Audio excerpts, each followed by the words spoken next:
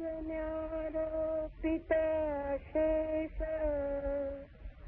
भासवस्तु निरासित स्वयमेव परब्रह्म पूर्णमद्वयमक्रियम् असत्यकल्पो विकल्पोऽयम् विश्वमित्यङ्कवस्तुनि निर्विकारे निराकारे निर्विशेषभिदाकुत द्रष्टदर्शनदृशादिभावशून्ये निरामये कल्याणरवैवात्यन्तम् परिपूर्णे चिदात्मनि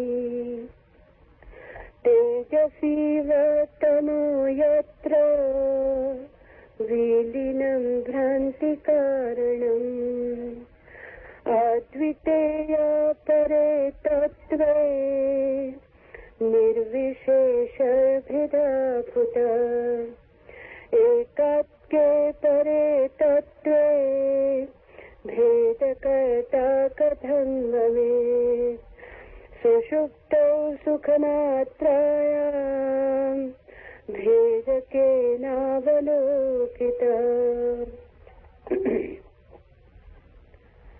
अपनी आत्मा में ही सब वस्तुओं का आभास केवल आरोपित है। उसको दूर करने से स्वयं ही पूर्ण अद्वैत और क्रिया शून्य पर ब्रह्म बन सकता है। एक ही आत्मा रूप वस्तु में ये जगत रूप जो विकल्प भेद जान पड़ता है वो लगभग झूठा है, क्योंकि निर्विकार निराकार और अव्यय रहित वस्तु में भेद कहाँ से आ जा सकता है। चिदात्मा दृष्टा दर्शन तथा दृश्य आदि भावों से रहित है, निर्दोष है तथा प्रलय काल के समुद्र की तरह परिपूर्ण है। जिस प्रकार प्रकाश में अंधकार विलीन हो जाता है, वैसे ही अद्वितीय परम तत्व में भ्रांति का कारण विलय हो जाता है। वो अव्यय रहित, इससे उसमें भेद कहाँ से हो सकता है। ये परम तत्व एक स्वरूप ही है, उसमें भेद कैसे रह सकता है। सुषुप्ति अवस्था केवल सुख रूप है, उसमें भेद किसने देखा है।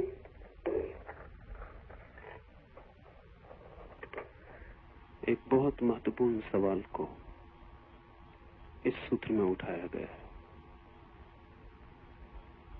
निरंतर आदमी के मन में ये सवाल उठता रहा है, सदियों से, सनातन से, कि जिस संसार में हम उलझे हैं,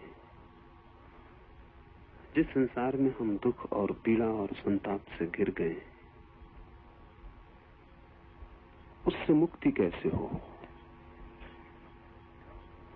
और ये संसार जिसमें हम घिर गए हैं वस्तुतः क्या है।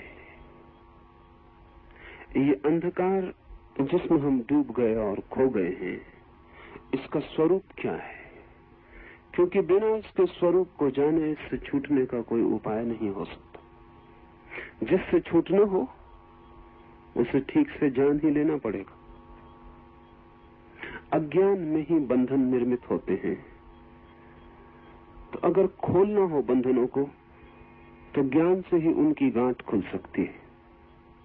ऐसा हुआ एक दिन कि बुद्ध सुबह सुबह अपने भिक्षुओं के बीच आए,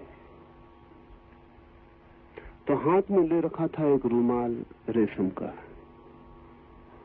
चकित हुए भिक्षु, क्योंकि कभी वे कुछ भी लेकर हाथ में भिक्षुओं के बीच बोलने नहीं आते थे। फिर बैठ गए सामने और उस रुमाल पर उन्होंने एक गांठ बांधी, दूसरी गांठ बांधी, 5 गांठें बांधी, और फिर पूछा भिक्षुओं से कि ये रुमाल मैं लेकर आया था तब इसमें कोई गांठ न थी, अब इसमें 5 गांठें हैं। पूछता हूं तुमसे, ये रुमाल बदल गया या वही है।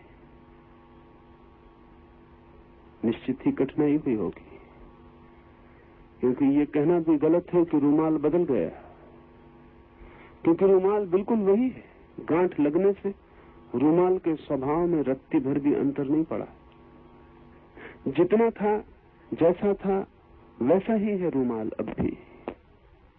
लेकिन ये कहना भी उचित नहीं है कि रुमाल बिल्कुल नहीं बदला, क्योंकि तब रुमाल खुला था, अब गांठों से घेरा है। इतनी बदलाहट जरूर हो गई। तो एक भिक्षु ने खड़े होकर कहा, बड़ा कठिन सवाल पूछते। रुमाल लगभग बदल गया है।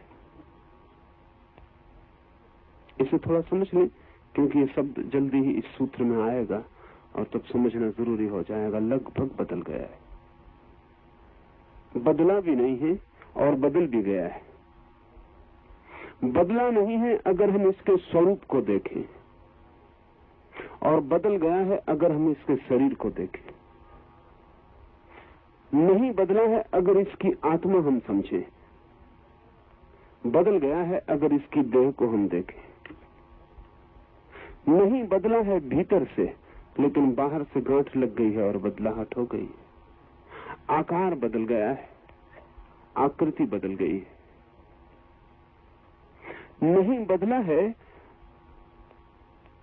अगर इसके परम स्वभाव को हम समझें, लेकिन बदल गया है अगर इसके व्यवहार को हम देखें।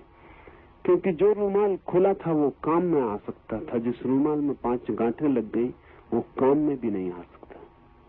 वो रुमाल भी नहीं कहा जा सकता, क्योंकि रुमाल तो किसी उपयोगिता का नाम था। ध्यान रहे, हम जब किसी चीज को कोई शब्द देते हैं तो वो उपयोगिता का नाम होता है। मजबूरी है, कठिनाई होगी भाषा में, इसलिए जब उपयोगिता नहीं होती तब भी हम वही नाम देते हैं। जैसे समझे, पंखा आप करते हैं गर्मी में तो आप कहते हैं पंखा, लेकिन जब पंखा रखा हो तब उसको पंखा नहीं कहना चाहिए। पंखा का मतलब हुआ जिससे हवा की जा रही, जो पंख का काम कर रहा है। लेकिन जब रखा है तब तो हवा नहीं की जा रही, तो उससे पंखा नहीं कहना चाहिए। पैर वो हैं जिनसे आप चलते हैं, लेकिन जब आप नहीं चलते हैं तब उन्हें पैर कहना नहीं चाहिए। फंक्शनल, उनका क्रिया का नाम होना चाहिए। लेकिन कठिन हो जाएगी भाषा, चलते पैर के लिए अलग नाम, बैठते पैर के लिए अलग नाम, तो बहुत मुश्किल होगा। इसलिए काम चलाते हैं। तो पंखे के 2 अर्थ होते हैं। पंखा वो जिससे हवा की जाती या जिससे हवा की जा सकती, दोनों अर्थों में हम प्रयोग करते हैं। जिससे हवा हो सकती, जिसमें संभावना छिपी। रुमाल का कोई उपयोग है, उसमें कुछ बांधा जा सकता है, लेकिन जो रुमाल खुद ही बंधा हो उसमें अब कुछ नहीं बांधा जा सकता। तो बुद्ध ने कहा, एक और सवाल मुझे पूछना, और वो ये कि मैं इस रुमाल को खोलना चाहता हूं तो क्या करूं? और ऐसा कह के बुद्ध ने रुमाल के दोनों छोर पकड़ के जोर से खींचना शुरू कर दिए। गांठें और छोटी हो गई और बारीक होकर कस गई। एक भिक्षु ने चिल्ला कर कहा, क्षमा करें, जो आप कर रहे हैं उससे तो रुमाल और बंध जाएगा और खोलना कठिन हो जाएगा। तो बुद्ध ने कहा, एक बात जाहिर हो गई कि कुछ भी करने से रुमाल नहीं खुल जाएगा। मैं कुछ कर रहा हूं, लेकिन तुम कहते हो इस करने से रुमाल और बंधता जा रहा है, तो क्या करने से रुमाल खुलेगा? तब एक भिक्षु ने कहा, पहले जानना होगा कि गठान कैसे बंधी है, क्योंकि जब तक गांठ के स्वरूप को न समझा जा सके तब तक उसे खोला नहीं जा सकता। तो पहले देखना होगा कि गांठ बंधी कैसे है। जो बंधने का ढंग है उसके विपरीत ही खुलने का ढंग होता है। और जब तक हमें पता न हो कि बंधने का ढंग क्या है, तब तक न कुछ करना बेहतर है बजाय कुछ करने के, क्योंकि करने से जाल और उलझ सकता है, गांठ और मुश्किल हो सकती है, सुलझाना और कठिन हो सकता है। हमारी चेतना पर भी गांठें हैं, और स्थिति यही है कि हम बिल्कुल बदले नहीं और बदल गए हैं। हमारा स्वभाव ठीक वैसा ही है जैसा परम ब्रह्म का, लेकिन हम तो कुछ गांठे हैं। और वे गांठें जब तक न खुल जाएं, तब तक हम उस परम स्वभाव का अनुभव नहीं कर सकते जो ग्रंथि रहित है। महावीर के लिए एक नाम दिया है जैनों ने, बड़ा प्रीतिकर, वो नाम है निर्ग्रंथ। बुद्ध तो जब भी महावीर के लिए कुछ कहते हैं तो हमेशा निगंथ नाथ पुत्र, नाथ परिवार में पैदा हुआ वो लड़का जो निर्ग्रंथ हो गया, नाथ जाति में पैदा हुआ पुत्र जो निर्ग्रंथ हो गया, जिसकी गांठें कट गई, जिसकी गांठें खुल गई। ये निर्ग्रंथ शब्द बड़ा कीमती है। ब्रह्म है निर्ग्रंथ, ग्रंथियों से रहित, और हम हैं सग्रंथ, ग्रंथियों से सहित। इतना ही अंतर है। पर गांठ कैसे लगी है और क्या है, इसके स्वरूप को समझ लेना जरूरी है। इसके स्वरूप के संबंध में ही ये सूत्र को हम समझें। इसमें कुछ बड़ी कीमती बातें हैं। अपनी आत्मा में ही सब वस्तुओं का आभास केवल आरोपित है। उसको दूर करने से स्वयं ही पूर्ण अद्वैत और क्रिया शून्य पर ब्रह्म बन जाता है। गांठ जब रुमाल पे लगती है तो बाहर से कहीं से आती नहीं। कभी आपने गांठ अकेली देखी बिना रुमाल के? कभी आपने गांठ अकेली देखी है बिना रस्सी के? शुद्ध गांठ आपने कभी देखी? जब भी होगी किसी चीज पर होगी, अकेली गांठ कहीं भी नहीं हो सकती। इससे एक बात जाहिर होती कि गांठ बाहर से नहीं आ सकती। हो नहीं सकती अकेली तो बाहर से आएगी कैसे? गांठ बाहर से नहीं आती। और रुमाल में भी जब बंधा नहीं था तो गांठ नहीं थी। इसलिए बड़ा मजेदार सवाल है। गांठ बाहर से आ नहीं सकती क्योंकि किसी ने कभी कोई शुद्ध गांठ नहीं देखी, होती भी नहीं। किसी चीज पर होती है, अकेली कभी नहीं होती। और रुमाल अभी खाली था, उस पर कोई गांठ नहीं थी, तो गांठ आई कहां से? क्या रुमाल के भीतर से आई? रुमाल में कोई गांठ न थी अभी क्षण भर पहले, तो उसके भीतर से कैसे आ सकती? बाहर से आई नहीं, क्योंकि बाहर कभी गांठ पाई नहीं जाती। न बाहर से आई है न भीतर से आई है। इसका अर्थ यह है कि रुमाल के स्वभाव में नहीं थी। रुमाल ने अर्जित की है। संसार जो है हमारा अर्जन है, अचीवमेंट। हमने बड़ी चेष्टा करके निर्मित किया है। हमने बड़े उपाय किए तब निर्मित किया है। गांठ होती नहीं कहीं अस्तित्व में, रुमाल ने बड़ी चेष्टा करके अपने ऊपर आरोपित की है। इस चेतना में जो कुछ भी दिखाई पड़ता है वो आरोपण है। आपको जो भी भीतर अनुभव में आता है वो सब आरोपण है। जैसा हम पीछे बात कर रहे थे कि दर्पण के सामने चीजें आती हैं, दर्पण में दिखाई पड़ती हैं। अगर दर्पण एक भूल करने लगे जो हमने की है तो दर्पण भी इसी मुसीबत में पड़ जाएगा जिसमें हम पड़ गए। लेकिन दर्पण वो भूल नहीं करता। हालांकि दर्पण जैसी चीजें हैं जो ऐसी भूल करती हैं, जैसे फोटो प्लेट या फोटो की फिल्म। कैमरे के भीतर जो फिल्म छिपी है उसमें और दर्पण में थोड़ा सा फर्क है, बाकी एक जैसे हैं दोनों। दर्पण में भी प्रतिबिंब बनता है, कैमरे की फिल्म में भी प्रतिबिंब बनता है, लेकिन दर्पण प्रतिबिंब को पकड़ता नहीं और फिल्म प्रतिबिंब को पकड़ लेती। इसलिए फिल्म पर जो भी प्रतिबिंब बना वो पकड़ जाता है और उसके पकड़ने के साथ ही फिल्म बेकार हो जाती। अब दूसरा प्रतिबिंब नहीं पकड़ा जा सकता, जगह भर गई। आईना कभी भरता नहीं। कितने ही प्रतिबिंब बनते हैं, आईना खाली बना रहता है। प्रतिबिंब आते हैं चले जाते हैं, दर्पण छोड़ता चला जाता है।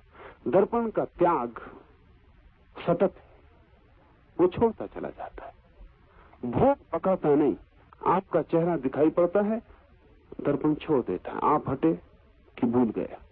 जैसे आप कभी सामने आए ही न हो। मनुष्य की जो चेतना है वो दर्पण की भांति है, और मनुष्य का जो मन है वो फिल्म की भांति है।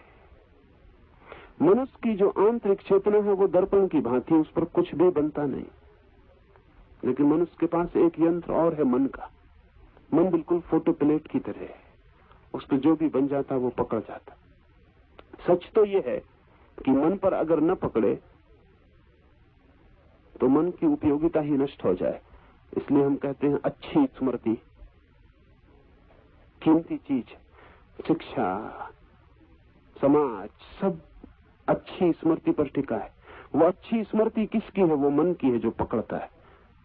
मन बिल्कुल ही एक यंत्र है, फोटो प्लेट की तरह है। वो फिल्म की तरह पकड़ता जाता है। जो भी उसके सामने आता पकड़ लेता। जो काम का नहीं है वो भी पकड़ लेता है, जो बेकाम का है वो भी पकड़ लेता है, जो व्यर्थ कचरा है वो भी पकड़ लेता है, जिसकी कोई जरूरत नहीं वो भी पकड़ लेता है। फिल्म चुनाव नहीं कर सकती। आपने कैमरा एक्सपोर्ट किया तो वो चुनाव नहीं कर सकती कि क्या लें और क्या छोड़ दें। जो भी सामने पकड़ता है वो पकड़ जाता है, जो भी सामने आ जाता है वो पकड़ जाता है। तो मन आपका पकड़ता चला जाता है। आपको पता नहीं कि दिन भर में आप मन का कितना जाल इकट्ठा कर लेते। और अब तो मनस्विद कहते हैं कि जो आप जानते हैं उतना ही मन नहीं पकड़ता, जो आप नहीं जानते वो भी पकड़ता है।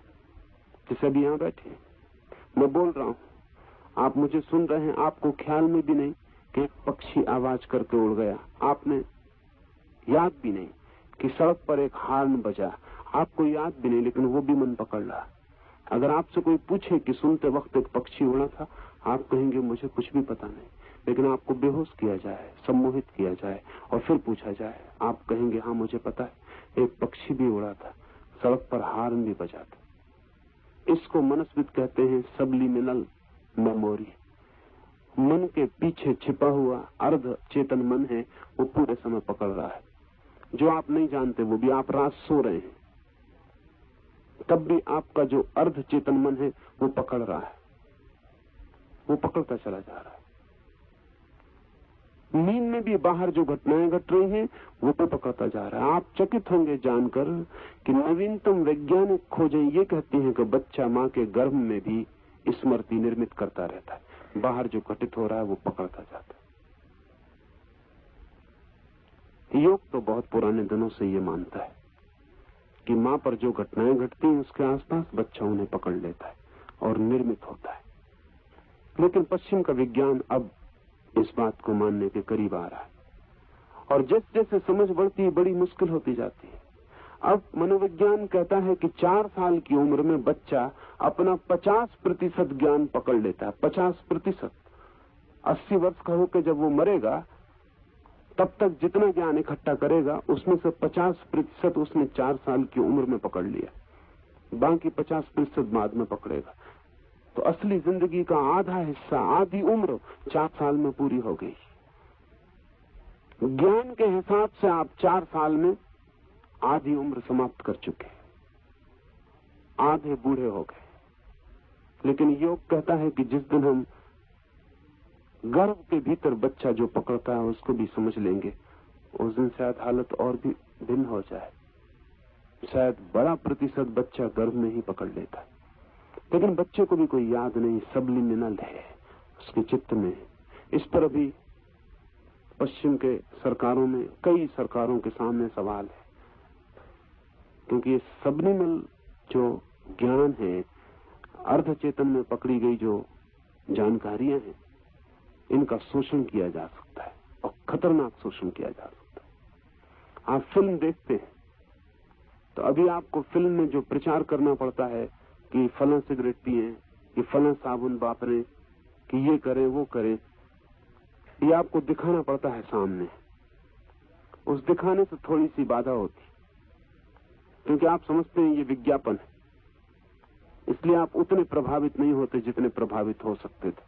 आप समझते हैं कि साबुन जो बताई जा रही है कि एक सुंदरी साबुन, मेरे सौंदर्य का निखार इसी साबुन की कृपा से, वो आप जानते हैं कि ये मामला कुछ ज्यादा दूरगामी नहीं है, फिर भी बार बार दोहराने से पकड़ता है। लेकिन अब सबलिमिनल एडवर्टाइजमेंट की खोज हो गई है।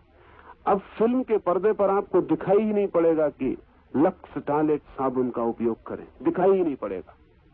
फिल्म चलती रहेगी और फिल्म के बीच में इतनी तेजी से सेकंड के 1000वें हिस्से में लक्स टॉयलेट का विज्ञापन निकल जाएगा, आपकी आंखें देख ही नहीं पाएंगी, इतनी तेजी से निकल जाएगा, लेकिन आपका मन पकड़ लेगा। ये खतरनाक है। अनेक मुल्कों की सरकारें विचार कर रही हैं कि इस पर पाबंदी लगाई जानी चाहिए, क्योंकि तो बहुत खतरनाक है। आपको पता ही नहीं है, आप पढ़ भी नहीं पाए, आपको समझ में भी नहीं आया कि बीच में कोई बात घट गई, आप तो फिल्म देख रहे थे। 2 फिल्मों के बीच में, 2 चित्रों के बीच में बहुत झटके से एक विज्ञापन निकल गया। बहुत जांच पड़ताल से पता चला है कि 1000 में 1 आदमी को अंदाजा लगेगा कि कुछ गड़बड़ हुई। 1000 में कुछ बीच में हुआ, लेकिन वो भी पक्का नहीं पकड़ पाएगा। 999 को तो पता ही नहीं चलेगा, वो अपनी कुर्सी पे बैठे रहेंगे, लेकिन वो अर्धचेतन मन पकड़ लेगा। ये खतरनाक है। इसका मतलब है कि एक आदमी इलेक्शन में खड़ा हो और मुझे ही वोट दीजिए, ये बीच में चलता रहे और आप उसको वोट दे आएंगे और आपको कभी ख्याल में भी नहीं आएगा कि आप वोट क्यों दे आए। ये खतरनाक है। इसका तो कोई भी दुरुपयोग हो सकता है। तानाशाही सरकारें इसका बड़ा उपयोग कर सकते हैं, क्योंकि आप बिल्कुल ही शिकार हो सकते। लेकिन मन पूरे वक्त पकड़ ही रहा है, सब पकड़ रहा है। लाखों सूचनाएं प्रतिक्षण पकड़ी जा रही, वो सब इकट्ठी हो रही। मन फोटोग्राफिक प्लेट की तरह है या टेप रिकॉर्ड के टेप की तरह, वो सब चीजें इकट्ठी करता जा रहा है। और एक आदमी के मन में कोई 7 करोड़ सेल है और एक सेल करोड़ों सूचनाएं इकट्ठी कर सकता है। इस पृथ्वी पर जितने पुस्तकालय हैं, अगर जिंदगी लंबी मिले तो एक आदमी सबको कंठस्थ कर सकता है। जिंदगी लंबी का सवाल, मन की दिक्कत नहीं। मन के पास फिल्म काफी लंबी है, लेकिन जिंदगी छोटी पड़ जाती। अगर एक आदमी को 1,00,000-2 लाख साल की उम्र मिले तो यही एक छोटी सी खोपड़ी के भीतर दुनिया के सारे पुस्तकालय समाहित किए जा सकते। तो मन तो इकट्ठा करता है, संग्राहक है। मन से बड़ा परिग्रह करने वाला कोई भी नहीं। सब तिजोरियां छोटी हैं और सब धनी दरिद्र हैं। मन जितना संग्रह कर सकता है उसका कोई मुकाबला नहीं। इस मन के पीछे छिपी चेतना है। वो चेतना दर्पण की तरह निर्मल है, वो कुछ भी नहीं पकड़ती।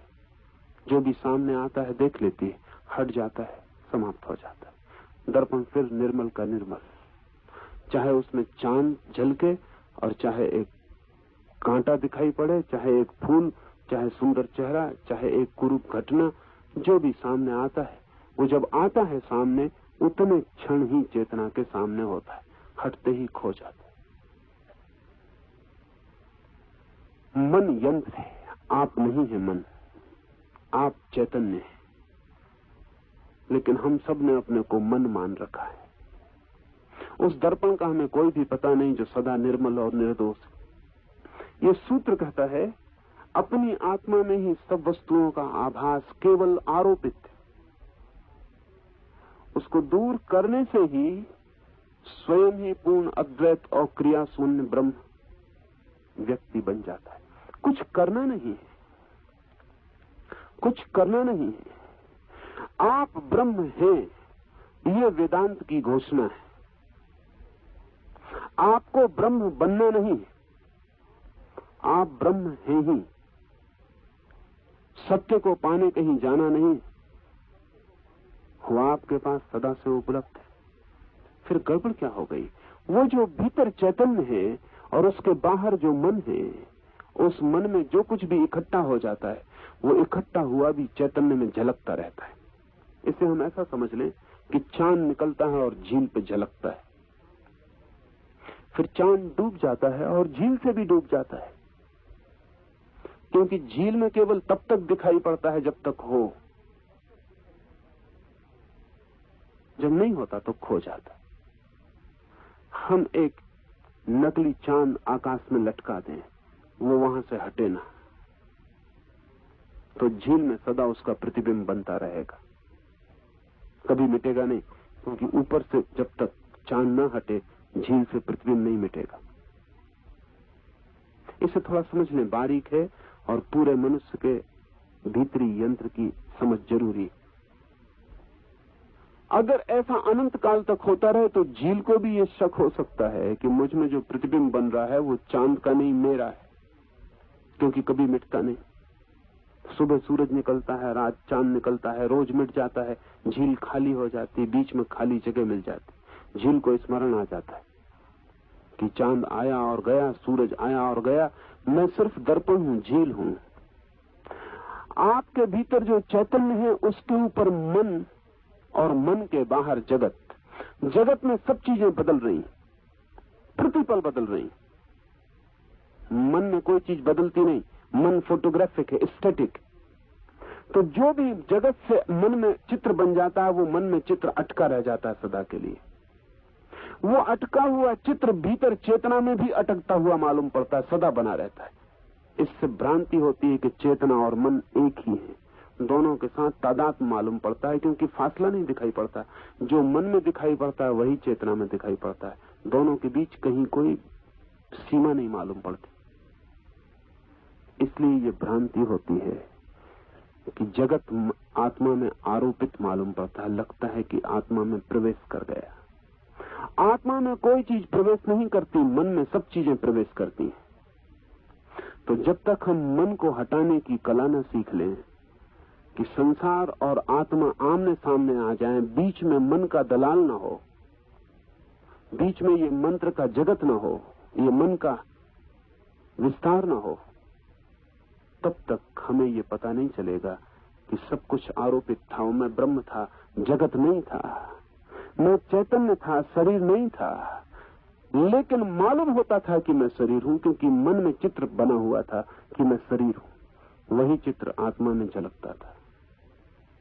न था लोभ, न था क्रोध, न था काम, लेकिन मन में सब था। और मन के सारे चित्र भीतर झलकते थे, और इतने दिनों से झलकते थे, और इतने अनंत काल से झलकते थे कि स्वाभाविक है ये भ्रांति हो जानी कि वो झलक नहीं है, प्रतिबिंब नहीं है, मेरे स्वभाव है। ध्यान रहे, शरीर तो आपका हर जन्म में मिट जाता है, लेकिन मन नहीं मिटता। मन आपका एक जन्म से दूसरे दूसरे जन्म में चला जाता है। जब आप मरते हैं तो शरीर छूटता है, मन नहीं छूटता। मन तो तब छूटता है जब आप मुक्त होते हैं। मृत्यु की भी सामर्थ्य मन को अंत करने की नहीं। मृत्यु भी केवल शरीर को मिटा पाती है, मन को नहीं मिटा पाती। मन तो मृत्यु के भी पार चला जाता है। सिर्फ मुक्त, सिर्फ समाधि की सामर्थ्य है मन को भी मिटा देने की। इसलिए जो जानते हैं उन्होंने समाधि को महामृत्यु कहा है, क्योंकि मृत्यु में तो मरता है केवल शरीर, समाधि में मर जाते हैं दोनों, शरीर और मन, और शेष रह जाता है केवल वही जो मर ही नहीं सकता, जो अमृत है, जिसकी कोई मृत्यु नहीं हो सकती। तो मन तो अनंत अनंत काल तक निर्मित होता हुआ, इकट्ठा होता हुआ बढ़ता चला जाता है, और हर बार हमेशा शरीर हो तो, शरीर छूट जाए तो मन आत्मा के साथ जुड़ा रहता है। वो मन की छाया आत्मा पे बनती रहती, और धीरे धीरे आत्मा को भी ऐसा लगना शुरू हो जाता है कि जो मन में है वही मैं हूं। यही है हमारा संसार, यही है हमारी गांठ।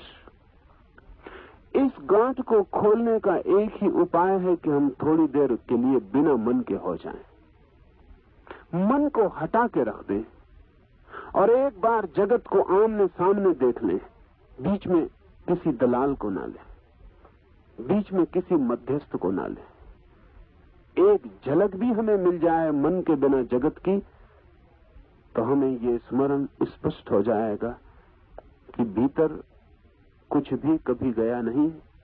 भीतर का दर्पण सदा साफ है, निर्मल है, उस पर कोई बिंब पकड़ा नहीं है। सारे बिंब आए और गए हैं, जन्मों जन्मों की कथाएं बीती हैं, लेकिन वहां कोई भी रेखा, जरा सी खरोंच वहां छूटी नहीं। वो जो निर्मल स्वभाव का अनुभव है वही परम ब्रह्म है। ब्रह्म जब मन के साथ बंधता है तो संसार हो जाता है।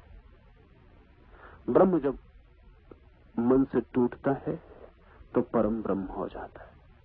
और जब आत्मा बंधती है मन के साथ तो शरीर अनिवार्य हो जाता है।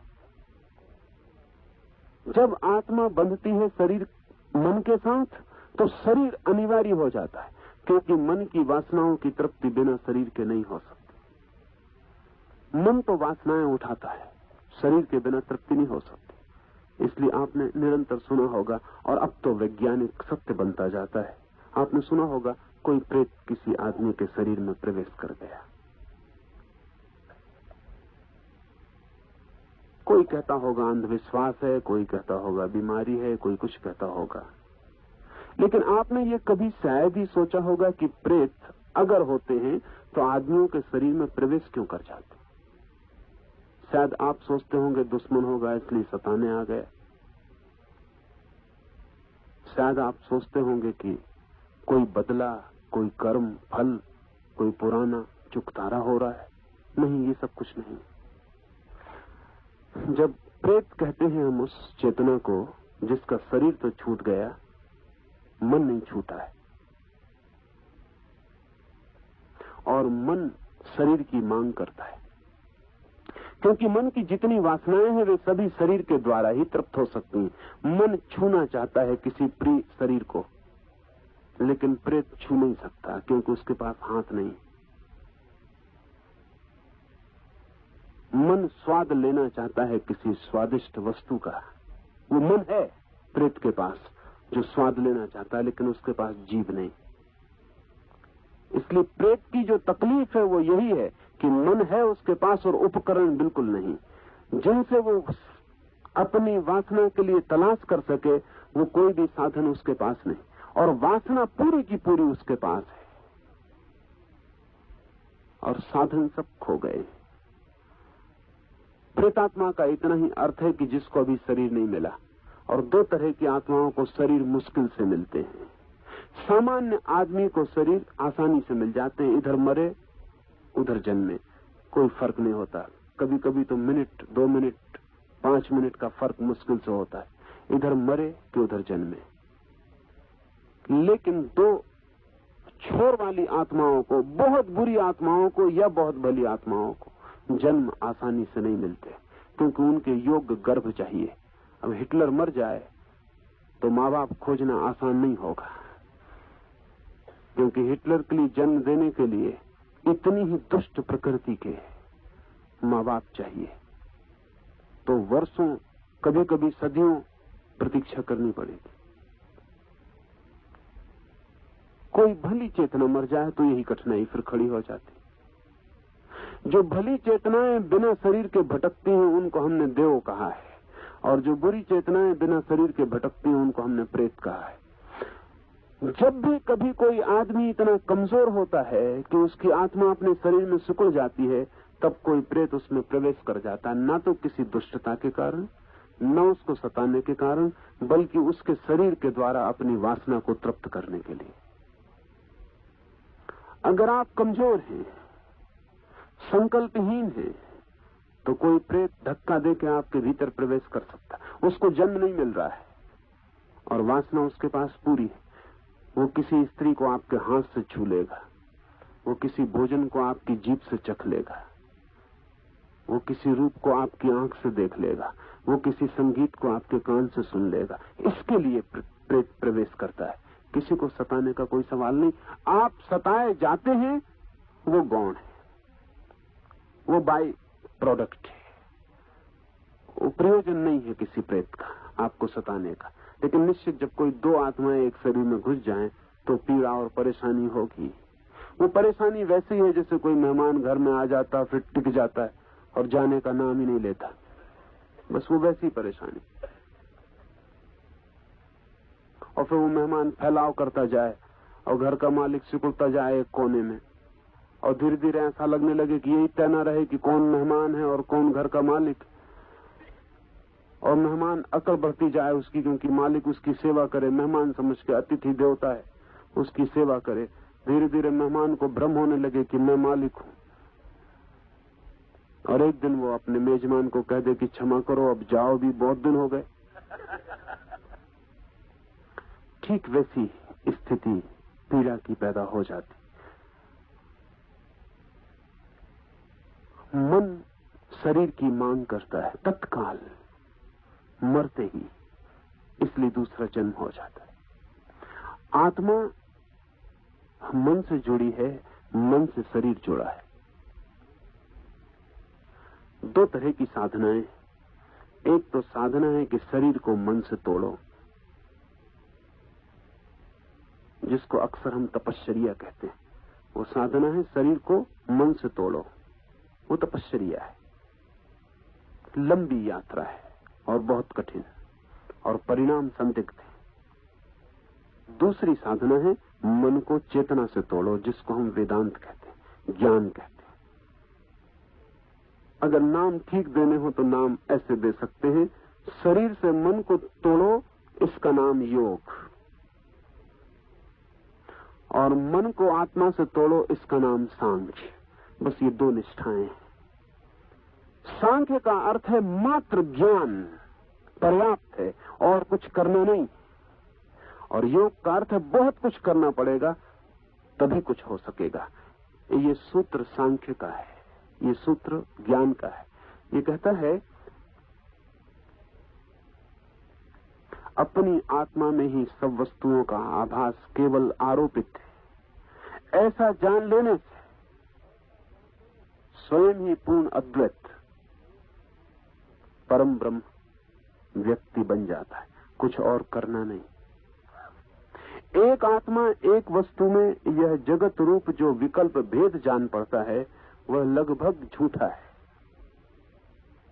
इसलिए मैं कह रहा था, उस भिक्षु ने बुद्ध को कहा कि लगभग रूमाल बदल गया है। इस सूत्र कहता है कि ये जो सारा जगत दिखाई पड़ता है भेद का,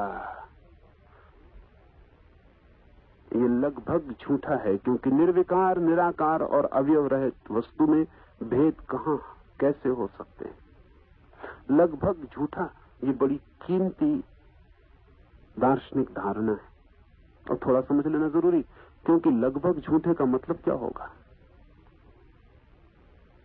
कोई चीज झूठी हो सकती, समझ में आती। लगभग झूठी का क्या मतलब होता है। कोई चीज सच सत्य है, समझ में आती। कोई कहे लगभग सच, क्या मतलब होगा। वो लगभग तो सब गड़बड़ कर देता है।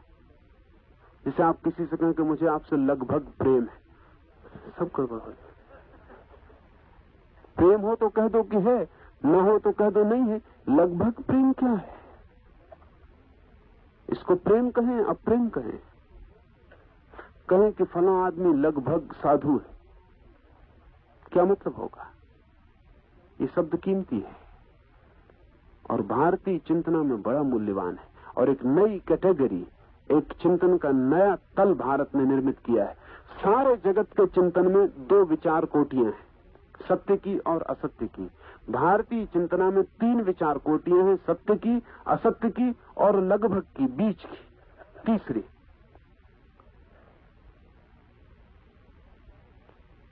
इस लगभग झूठ को या लगभग सत्य को हमने कहा है माया, हमने कहा है मिथ्या।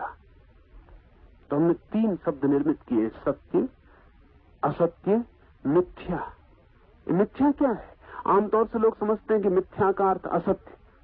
नहीं, मिथ्या का अर्थ असत्य नहीं होता। मिथ्या का अर्थ होता है सत्य और असत्य के बीच में। सत्य और असत्य के बीच में अर्थ हुआ कि जो असत्य है लेकिन सत्य जैसा भासता है। एक रस्सी पड़ी है और आपको सांप मालूम पड़ रही, और अंधेरे में आपके छक्के छूट गए, आप भाग खड़े हुए, पसीना छूट रहा है, छाती की धड़कन बढ़ गई। तो किसी ने कहा कि नाहक परेशान हो रहे हैं, ये लालटेन ले लें और चले जाएं। सांप वगैरह नहीं, रस्सी पड़ी। देखा प्रकाश में रस्सी है, तो जो सांप दिखाई पड़ा था उसे क्या कहिएगा। सत्य तो वो नहीं था, असत्य भी नहीं कह सकते। क्योंकि उसने काम तो सत्य जैसा किया था। भाग खड़े हुए थे आप, वैसे ही जैसे सच्चे सांप से भागते। पसीना आ गया था और पसीना बिल्कुल सच था और झूठे सांप से आया था। और छाती की धड़कन बढ़ गई थी और डर लगा था कि कोई हृदय का दौरा तो नहीं पड़ जाएगा। पड़ भी सकता था और आप मर भी सकते थे। बड़ी कठिनाई ये है कि जो सांप था ही नहीं, उससे असली दौरा कैसे पड़ गया। लेकिन जो सांप है ही नहीं, उससे असली हृदय का दौरा पड़ सकता है। इसका मतलब कि भारतीय चिंतन उस सांप को बिल्कुल असत्य कहने को तैयार नहीं। सत्य तो है ही नहीं, क्योंकि खोज पर पता चलता है कि वहां रस्सी पड़ी है, और असत्य भी नहीं है क्योंकि परिणाम सत्य जैसे हो जाते। इसे भारत कहता लगभग असत्य या लगभग सत्य, मिथ्या, माया। ये तीसरी बीच की कैटेगरी। अंग्रेजी में इसके लिए अनुवाद करना मुश्किल है।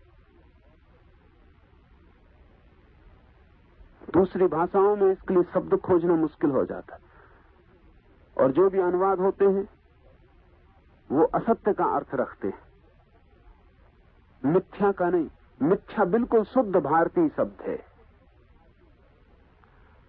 मिथ्या का अर्थ ख्याल में ले लें, जो नहीं है लेकिन है जैसा मालूम पड़ता है, और ऐसी चीजें हैं जो नहीं है और है जैसी मालूम पड़ती है। इसलिए भारत कहता है उनके लिए एक अलग कैटेगरी, एक अलग कोटि निर्मित करना जरूरी है। ये जो मिथ्या जगत है, ये जगत जो है, इसको अनेक बार आपने सुना होगा कि वेदांत कहता है मिथ्या है, उपनिषद कहते हैं मिथ्या है, शंकर निरंतर सुबह से सांझ तक कहते रहते हैं मिथ्या है। तो हम सोचते हैं कि ये लोग कहते हैं ये जगत झूठ है। नहीं कहते, झूठ नहीं कह रहे हैं। वो ये कह रहे हैं कि जैसे रस्सी में सांप दिख जाए, जो ये जगत है वो दिखाई नहीं पड़ रहा है, और जो दिखाई पड़ रहा है वो ये है नहीं। ये एक देखने का भ्रम है, एक दृष्टि दोष है। ये आपकी दृष्टि की भूल है। ये वैसा ही जैसा आप आंख को दबा के और चांद को देखें और दो चांद दिखाई पड़े। वो दूसरा चांद कहां है? लेकिन आप बड़ी कठिनाई पड़ेंगे अगर आंख दबाई हालत में आपसे पूछा जाए कि दो में से कौन सा सच है और कौन सा झूठा, तो आप बता ना पाएंगे कि कौन सा सच है और कौन सा झूठा। दोनों सच मालूम पड़ते हैं, हालांकि दोनों सच नहीं है। आंख छोड़ने दबाना और एक चांद रह जाता है, दूसरा खो जाता है। वो दूसरा क्या था? वो दिखाई तो पड़ता था। अगर किसी आदमी की आंख परमानेंटली दबा दी जाए स्थायी रूप से, तो उसको सदा ही दो चांद दिखाई पड़ते रहेंगे।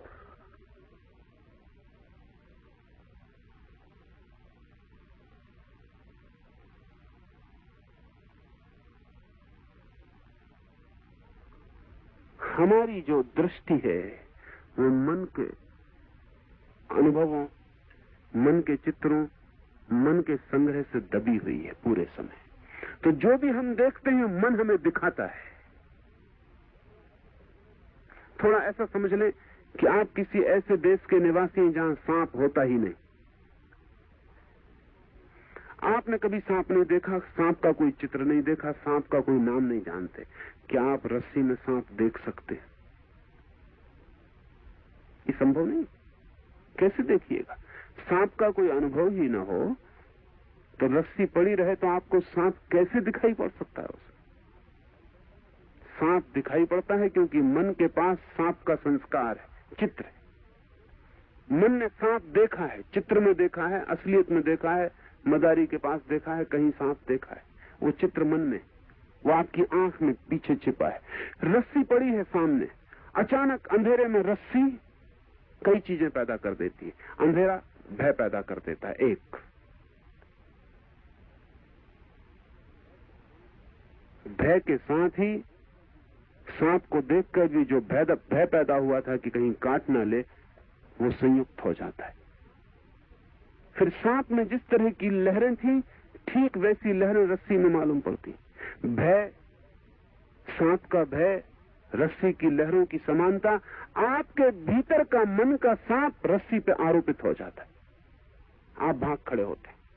रस्सी को पता ही नहीं कि क्या हो गया, आप किसको देख के भाग गए हैं, क्यों भाग गए हैं। ऐसा हुआ मेरे साथ बहुत वर्ष पहले। रात 3 बजे उठकर एक रास्ते पर घूमता था। सुनसान रात होती, रास्ता बांसों के झुरमुट में दबा था, थोड़ा सा हिस्सा खुला था, बाकी हिस्सा दबा था। तो एक कोने से मैं सीधा दौड़ता हुआ जाता था और दूसरे कोने से उल्टा दौड़ता हुआ वापस लौटता था पीठ की तरफ। वो कोई घंटे भर में वहां व्यायाम कर लेता था, 3 से 4। एक दिन बड़ी मुश्किल हो गई, मैं उल्टा लौट रहा था। तो जब तक मैं झुरमुट के नीचे छाया में था, कोई सज्जन, कोई दूध वाला अपने खाली डब्बे लिए दूध लेने कहीं जाता होगा, वो उधर से आ रहा होगा। फिर अचानक जैसे मैं झुरमुट की छाया के बाहर आया, चांद की रात थी, उस आदमी ने अचानक मुझे देखा होगा। क्षण भर पहले तक मैं दिखाई नहीं पड़ रहा था, फिर अचानक और उल्टा आता हो। उल्टे तो भूत प्रेत आते। उसने दोनों डब्बे छोड़ के पटका और वो भागा। उसके भागने से मुझे लगा कि पता नहीं इसे क्या हो गया। मुझे क्या पता कि मुझसे भयभीत होगा। मैं उसके पीछे भागा, तब तो उसने प्राण छोड़ दिए। मैं जितनी तेजी से उसके तरफ गया कि इसको क्या हो गया, मामला क्या है। मैं उससे कहा कि रुको, बात क्या है। इतनी तेज दौड़ मैंने नहीं देखी। फिर मुझे कुछ ख्याल आया कि मालूम मैं ही अकेला यहां हूं, मुझे देख के डर गया हूं। पास की एक होटल का आदमी भी जाग गया है इस शोरगुल को सुन के, डब्बों के गिरने को।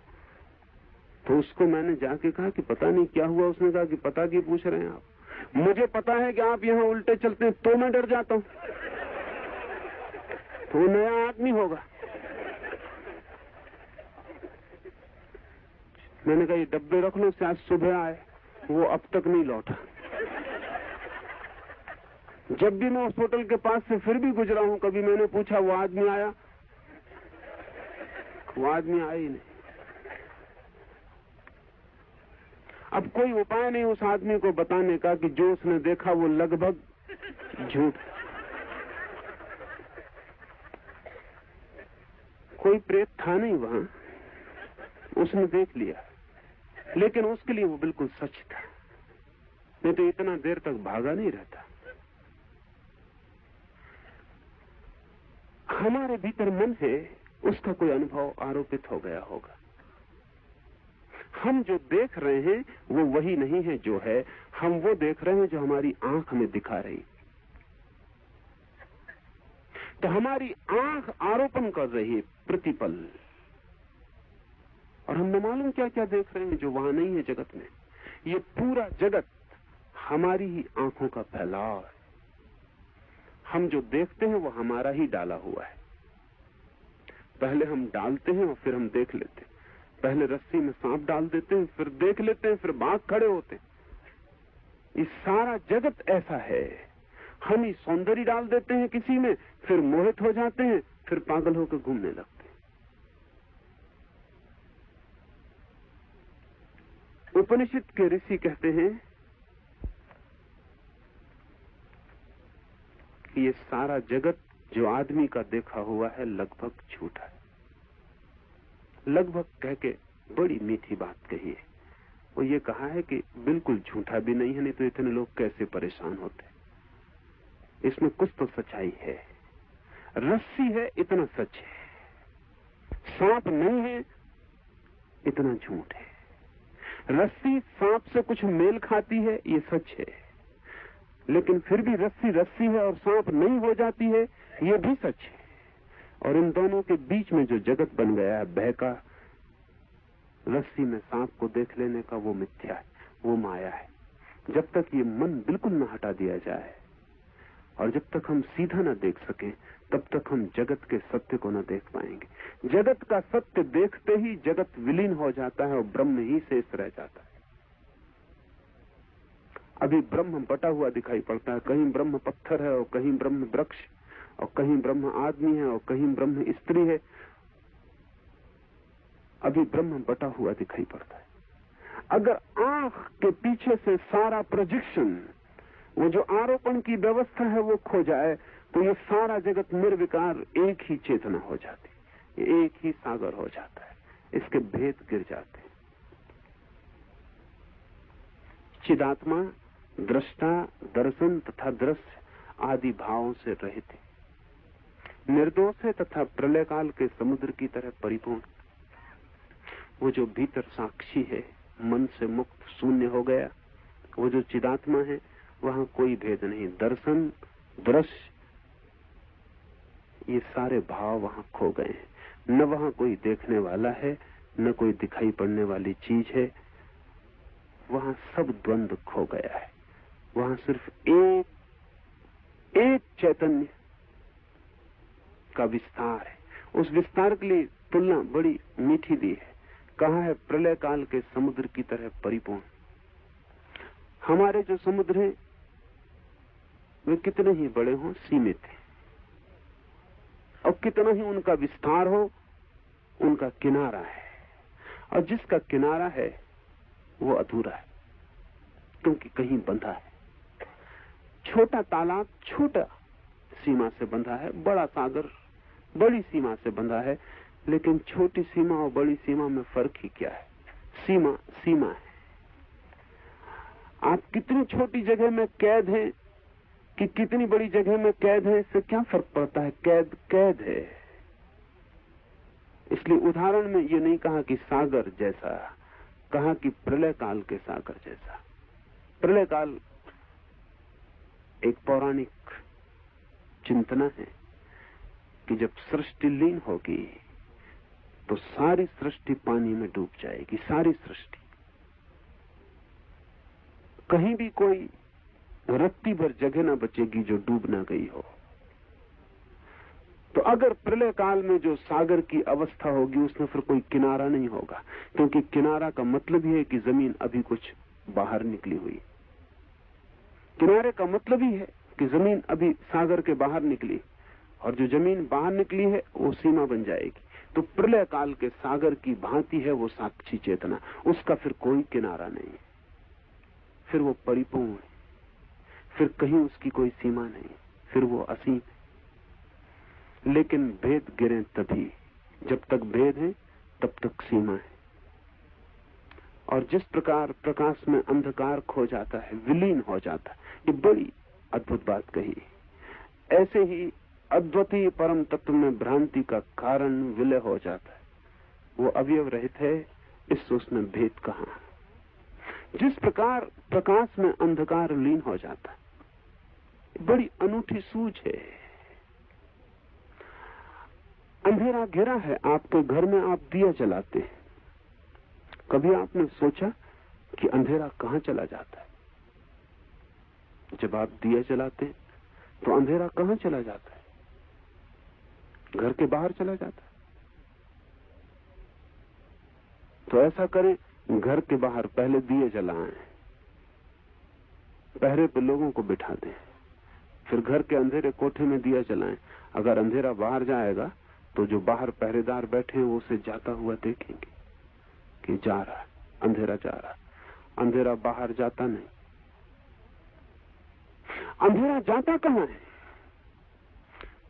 ये बड़ी मीठी बात उपनिषद कहता है कि अंधेरा प्रकाश में लीन हो जाता।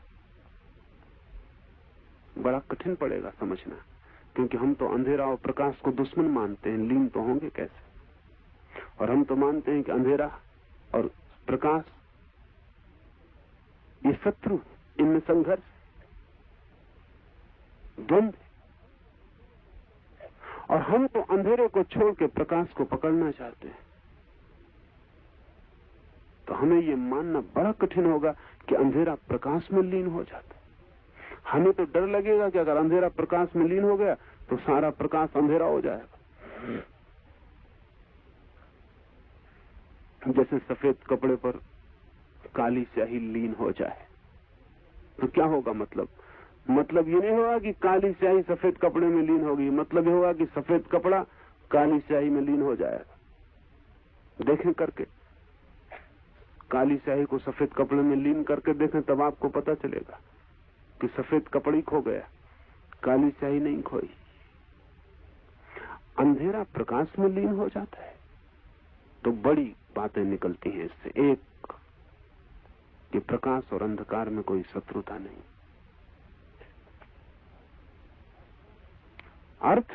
अर्थ हुआ कि संसार और मोक्ष में कोई शत्रुता नहीं,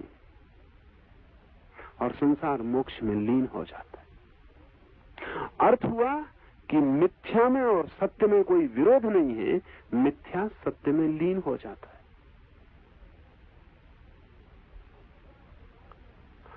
अंधकार प्रकाश में लीन हो जाता है, इसका यह अर्थ हुआ कि अंधकार जैसे प्रतीक्षा ही कर रहा है कि प्रकाश हो और लीन हो जाए।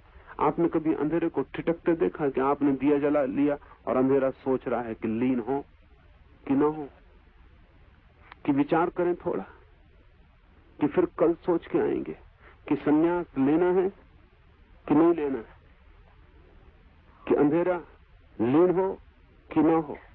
सोचेंगे, विचार करेंगे। नहीं, वो सोचता नहीं, ऐसा लगता है जिससे तैयार ही खड़ा था, बस प्रतीक्षा थी कि तुम हो जाओ और मैं लीन हो जाऊं। इतनी भी देरी नहीं लगती, क्षण भर की भी देरी नहीं लगती। प्रकाश का होना और अंधेरे का लीन हो जाना युगपत हो जाता है, एक साथ हो जाता है। इसके अध्यात्म में क्या अर्थ होंगे? इसका अर्थ होगा कि जैसे ही भीतर प्रकाश जगता है, मन माया अपनी सारी स्थिति को लेकर एकदम से उस प्रकाश में लीन हो जाती, बचती नहीं, खोजे से नहीं मिलती कहीं। यह भी समझ में नहीं आता कि कल तक कैसे थी। जब आपको रस्सी में रस्सी दिख जाएगी तब आपको भी बड़ी कठिनाई होगी कि सांप एक क्षण पहले तक कैसे था और अब कहां चला गया। था, आपको भी शक होने लगेगा कि मुझे कोई भ्रम तो नहीं हो गया कि मैं सोचता हूं कि था, क्योंकि हो कैसे सकता है। जो जाग जाते हैं उन्हें बड़ी कठिनाई होती है ये सोच के भी कि जगत है और हो सकता है।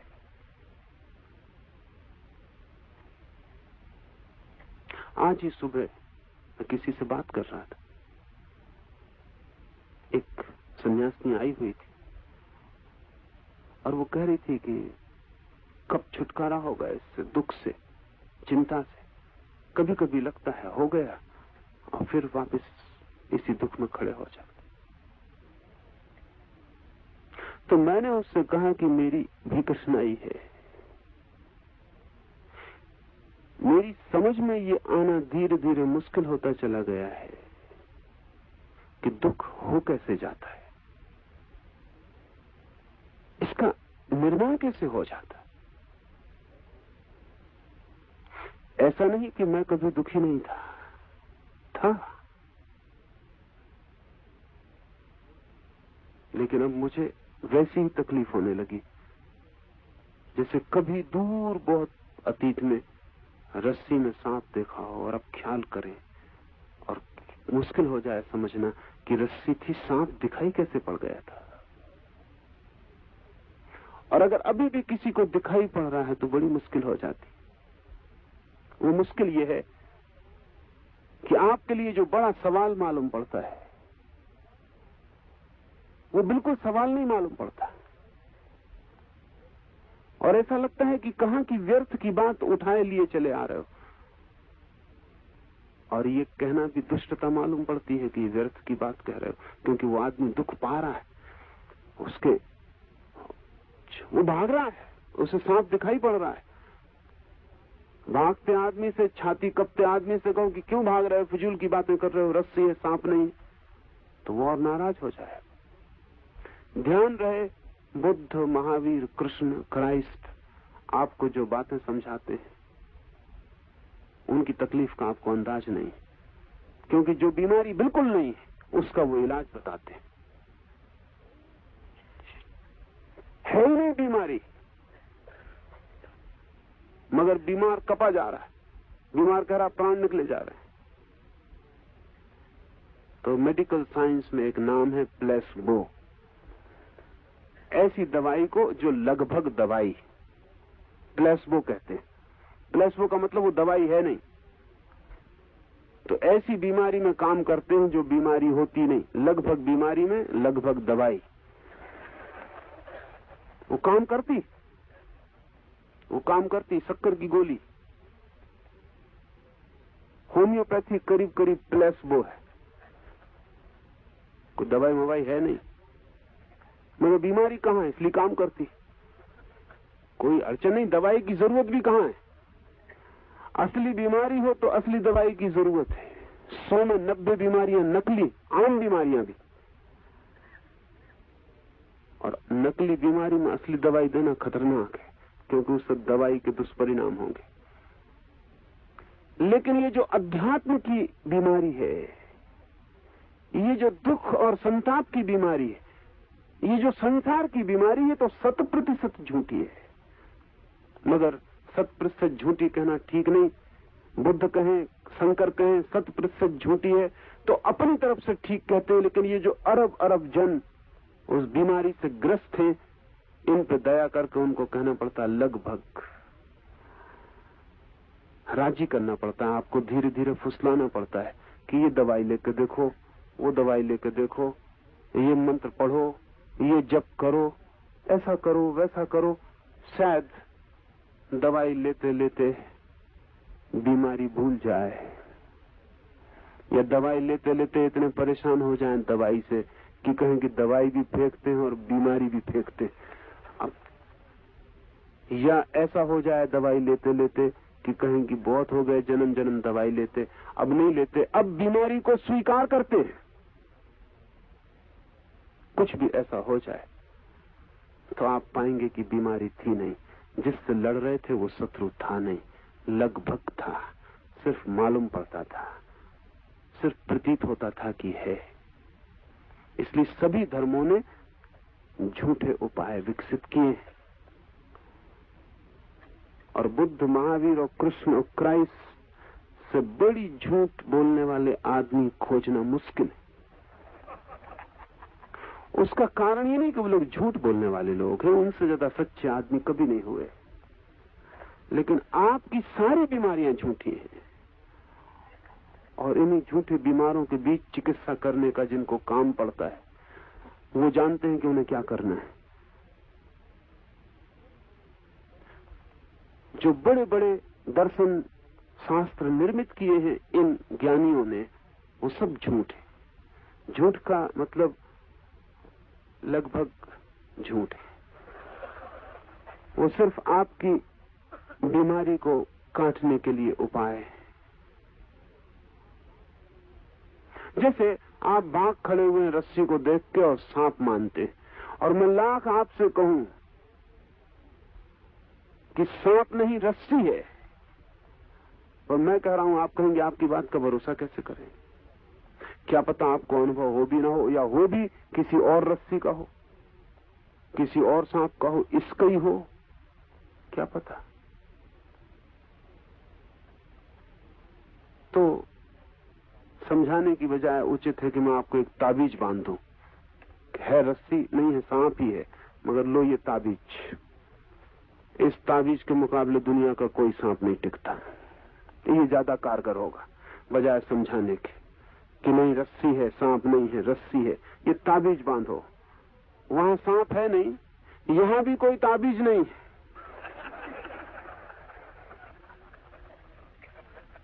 लेकिन ये ताबीज दम देगा, आपको ताकत आ जाएगी कि असली ताबीज है, बिल्कुल असली ताबीज है। और अगर ये चमत्कार भी आपको दिखा दिया जाए कि अंधेरे में एक रस्सी डाल के घर में ताबीज बांध के आपको अंदर भेज दिया जाए, और वहां जाके आपको दूर से सांप दिखाई पड़े, पास जाके रस्सी दिखाई पड़े, मामला हल हो गया। ताबीज काम करता है। फिर आप दुनिया में चले जाएं, फिर ये भी हालत हो सकती है कि असली सांप के पास भी पहुंच जाए तो रस्सी दिखाई पड़े, वो ताबीज।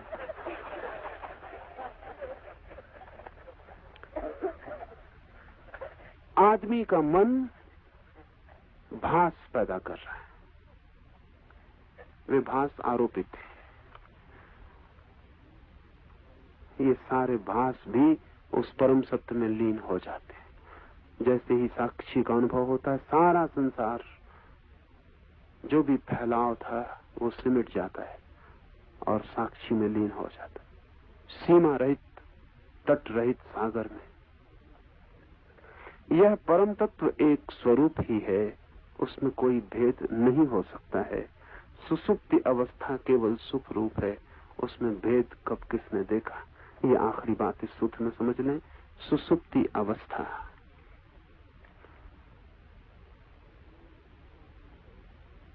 जिन्होंने खोज की है अंतस्थलों की,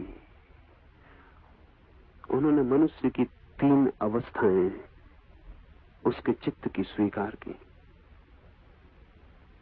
एक जिसे हम जागृत कहते हैं, सुबह उठकर जो अवस्था होती। एक जिसे हम स्वप्न कहते हैं, सांझ सोकर जो चित्रों प्रतिबिंबों की कतार लग जाती, स्वप्न। और एक कभी रात घड़ी भर को ऐसी अवस्था आती है जब स्वप्न भी नहीं होते और जागृति भी नहीं होती, तब सिर्फ गहरी निद्रा रह जाती, सुसुप्ति। सुसुप्ति का अर्थ है स्वप्न भी जहां नहीं, इतनी प्रगाढ़ निद्रा।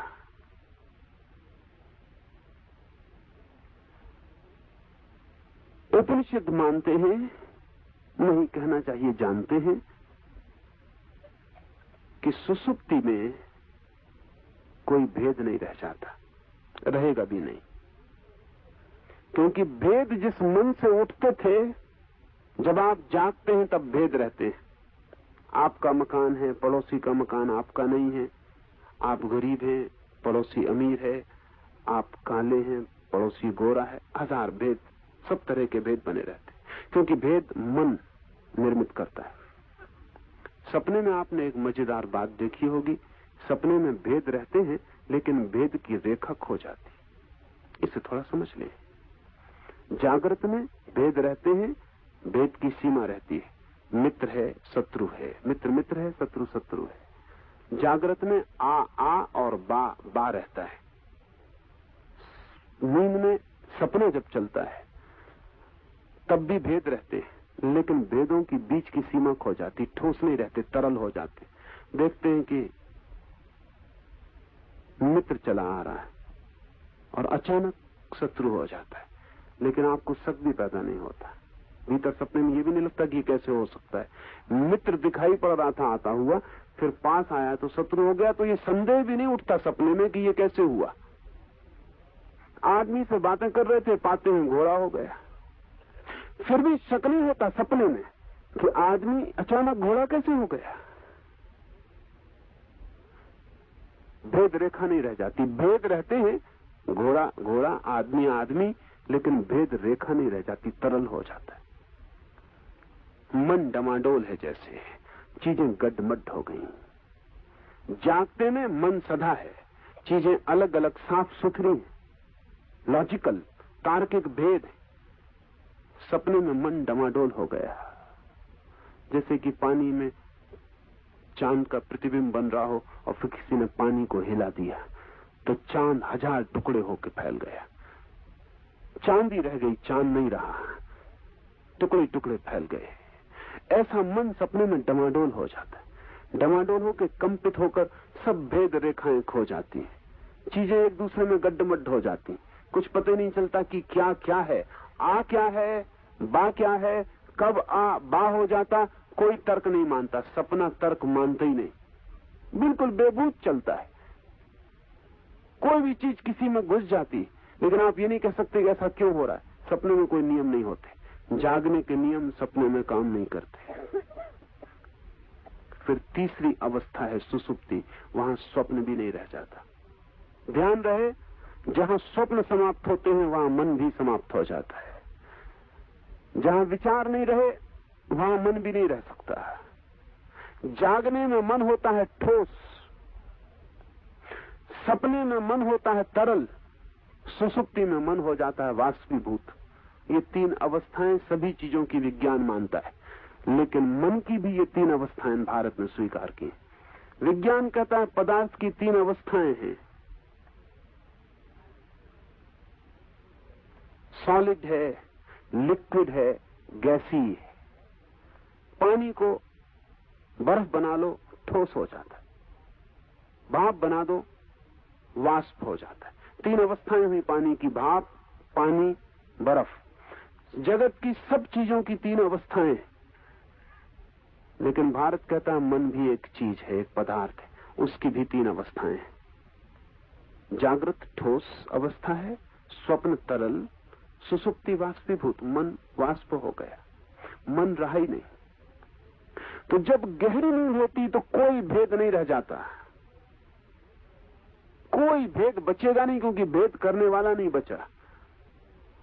जगत एक हो जाता है। सुसुप्ति में आप वहीं पहुंच जाते हैं जहां समाधि में पहुंचते हैं ज्ञानी। फर्क इतना होता है कि ज्ञानी होश से भरे रहते हैं, आप बेहोश रहते हैं। इतना ही फर्क होता है। सुसुप्ति और समाधि बिल्कुल बराबर है, जरा सा भेद, लेकिन भेद बड़ा है। ज्ञानी जागा हुआ पहुंचता है, होश से भरा हुआ पहुंचता है सुसुप्ति में, तब समाधि हो जाती है। सुसुप्ति धन होश बराबर समाधि। आप भी पहुंचते हैं रोज।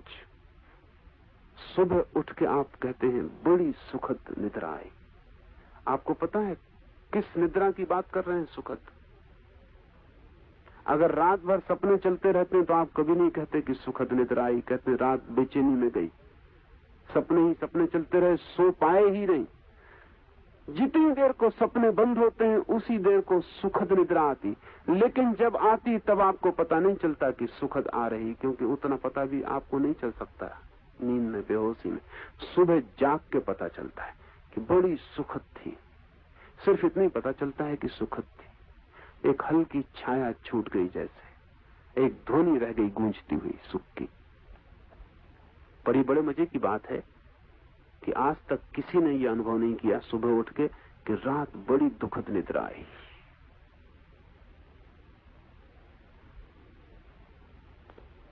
कभी कभी अनुभव किया कि कोई कहे सपने आए हों तो वो निद्रा थी नहीं, सुसुप्ति आई ही नहीं। आज तक मनुष्य जाति के इतिहास में एक आदमी ने सुबह उठ के ये नहीं कहा है कि रात नींद बड़ी गहरी थी, बड़ा दुख पाया। कहा ही नहीं, ये हुआ ही नहीं है, कहेगा भी कोई कैसे? सुखद निद्रा सुख रूप है, वहां दुख होते ही नहीं। इसलिए उस सुख को हम सुख भी नहीं कहते, उसको आनंद कहते, क्योंकि सुख के तो विपरीत दुख होता है, आनंद के विपरीत कुछ भी नहीं होता। इसलिए सुसुप्ति आनंद है। एक ही भाव रह जाता आनंद का, कोई भेद नहीं रह जाता। तो जैसा सुसुप्ति एक रूप है, ऐसे ही वो साक्षी का अनुभव भी एक रूप है, फिर आनंद ही रह जाता है। और जैसे प्रलय का सागर भरा हो, सीमा रहित, तटहीन, कोई किनारा नहीं, ऐसा सुख, ऐसा आनंद, और एक, कोई भेद नहीं।